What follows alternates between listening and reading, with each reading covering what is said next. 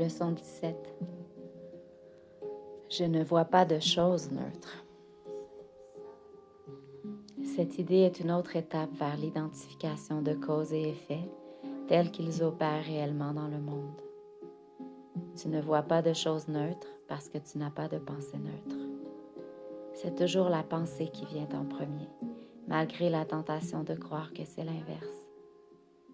Ce n'est pas ainsi que le monde pense, mais tu dois apprendre que c'est ainsi que tu penses. Sinon, la perception n'aurait pas de cause et serait elle-même la cause de la réalité. Étant donné sa nature extrêmement variable, cela est peu probable. En appliquant l'idée d'aujourd'hui, dis-toi, les yeux ouverts, je ne vois pas de choses neutres parce que je n'ai pas de pensée neutre.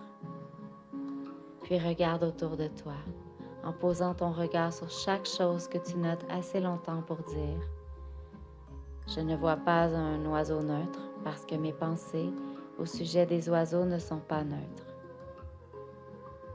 Par exemple, tu pourrais dire « Je ne vois pas un mur neutre parce que mes pensées au sujet des murs ne sont pas neutres. » Je ne vois pas un corps neutre parce que mes pensées au sujet des corps ne sont pas neutres. Comme d'habitude, il est essentiel de ne pas faire de distinction entre ce que tu crois être animé ou inanimé, agréable ou désagréable. Quoi que tu puisses croire, tu ne vois rien qui soit réellement vivant ou réellement joyeux. La raison en est que tu es encore inconscient de toute pensée qui soit réellement vraie et donc réellement heureuse. Il est recommandé de faire 3 ou 4 périodes d'exercice distinctes et pour en profiter au maximum, au moins 3 périodes sont requises, même si tu éprouves de la résistance.